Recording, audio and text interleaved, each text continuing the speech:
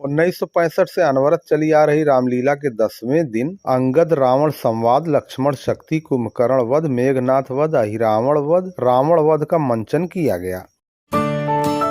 Vikas group of college के प्रबंधक मनीष राय ने प्रभु श्री राम का माल्यार्पण करके आरती की तथा रावण वध होते ही जय श्री राम के नारे लगने लगे और जयकारा लगाया गया। तो आपको बता दें, विकास खंड मोहम्मदपुर के ग्राम सभा गंभीरपुर में स्थित सन 1965 से अनवरत चली आ रही रामलीला में 10वें दिन स्थानीय ग्रामीणों द्वारा अंगद रावण संवाद, लक्ष्मण शक्ति, कुंभकर्ण वध, मेघनाथ वध, अहिरावण वध, रावण वध का मंचन किया गया। 10वें दिन की रामलीला में मुख्य अतिथि विकास ग्रुप ऑफ कॉलेज के प्रबंधक समाजसेवी मनीष राय द्वारा प्रभु श्री राम का माल्यार्पण करके आरती की गई। इसके उपरांत रामलीला समिति के अध्यक्ष विजय गुप्ता द्वारा मुख्य अतिथि का माल्यार्पण करके जोरदार स्वागत किया गया। आइए सुनते हैं विकास ग्रुप ऑफ कॉलेज के प्रबंधक समाजसेवी मनीष राय ने प्रभु श्री राम के जीवन के बारे में क्या कुछ कहा।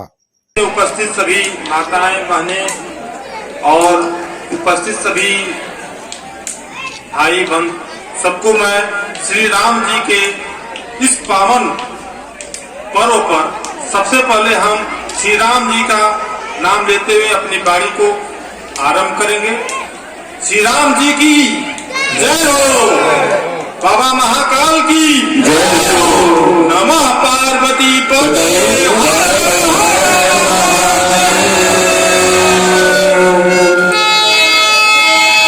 इस गंभीरपुर की रामलीला समिति का मैं बहुत ऋणी रहूंगा और मैं जैसे ही प्रांगण में प्रवेश किया हूं, आज मुझको एक नई चीज दिखी है। मैं अध्यक्ष जी से कह रहा था कि 1965 का एक कार्यक्रम का आरंभ किया गया है। इस बीच में कितने लोग आए और चले गए, लेकिन ये परंपरा जिंदा है आज।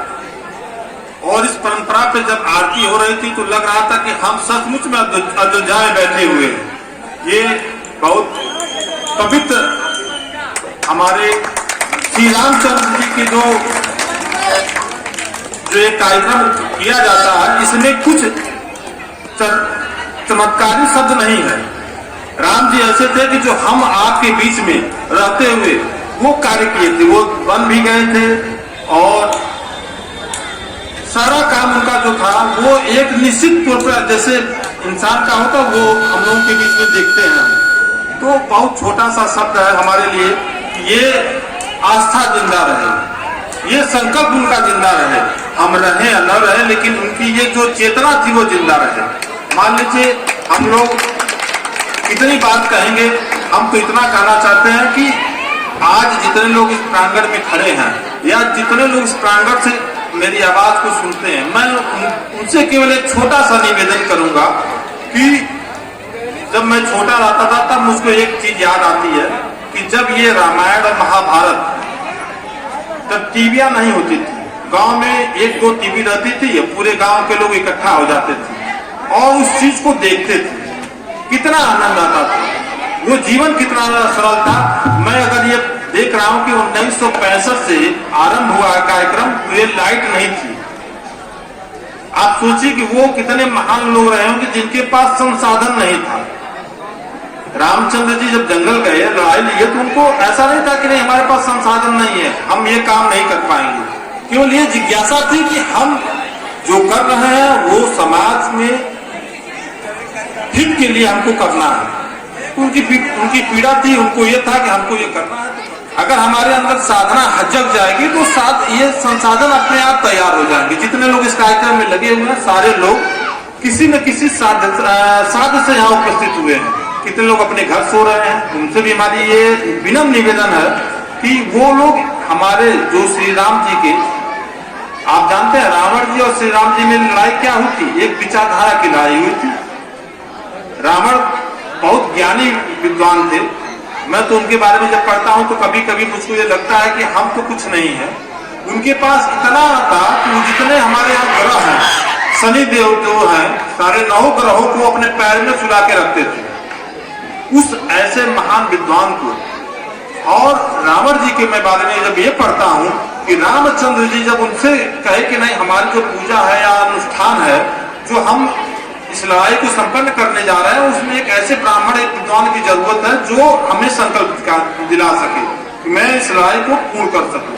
उसमें रावण ने रामचंद्र जी से का संकल्प दिलवाया कि आप अच्छे काम के लिए जाइए और काम करिए, और उनको पूरी तरह से साहस दिलाया कि आप इसमें विजय हासिल करेंगे। रावण को मालूम था कि मेरा जिस दिन वध हो जाएगा, मैं उस दिन राम के हाथों उस दिन मैं स्वर्ग चला जाऊंगा। तो ये रामचंद्र जी के बारे में हमको पढ़ना चाहिए और उनकी विचारधाराओं पे चलना चाहिए। हम यहाँ रामायण और महाभारत की जो बात कर रहे हैं, इनमें ये जीवन में ऐसी सीख मिलती है कि हम बड़े नहीं हैं, बड़े वो लोग हैं, हमारे खानदान के लोग बड़े हैं जो हमको इस आज मौका दिए हैं। तो हम रामचंद्र जी बन सकते हैं। हम रामचंद्र जी के बन तो नहीं सकते हैं, रामचंद्र जी के जो कर्म बताए हुए जो मार्गदर्शन है उस पर चल सकते हैं। बहुत छोटा सा विषय है कि हर घर कम से कम आप आधे घंटे, 1 घंटे, 2 घंटे तो रामायण के बारे में जानिए। क्या रामायण के बारे में, जिस दिन हमारी संस्कृति में रामायण आ जाएगा उस दिन हमारी संस्कृति का सारा रोग निकल के बाहर चला जाएगा। आप इस चीज को अंतर से निकालिए। काम करने का तो बहुत है कि हमने काम किया, काम नहीं हुआ, मंदिर में गए, मंदिर भगवान ने हमको आशीर्वाद नहीं दिए, वो अलग विषय है। आप मन से किसी काम करिए तो आपके घर भगवान चल के आ जाएंगे। हमारे भगवान में वो साहस है, वो शक्ति है, वो हमको बताए हैं कि आप ऐसे कर्म करिए। तो ये छोटा सा विषय है हम लोगों का कि हम लोग जितने दिन जीवन धरती पे रहे, प्रभु रामचंद्र के चरणों में अपना ये जो उनके बनाए गए पद चिन्ह हैं उन पे सदा सदा जीवन के लिए अर्पित रहे। यही मेरा आपसे निवेदन है। और हम आखिरी बात अपनी इस बाबा महाकाल, बाबा विश्वनाथ की धरती से पैदा हुए हैं। जब कोई हम संकल्प लेते हैं तो बाबा विश्वनाथ जी का नाम आता है, और हम ये चाहते हैं कि आज ये धर्म का मंच है, इस पे कोई ऐसी बात न हो कि जिस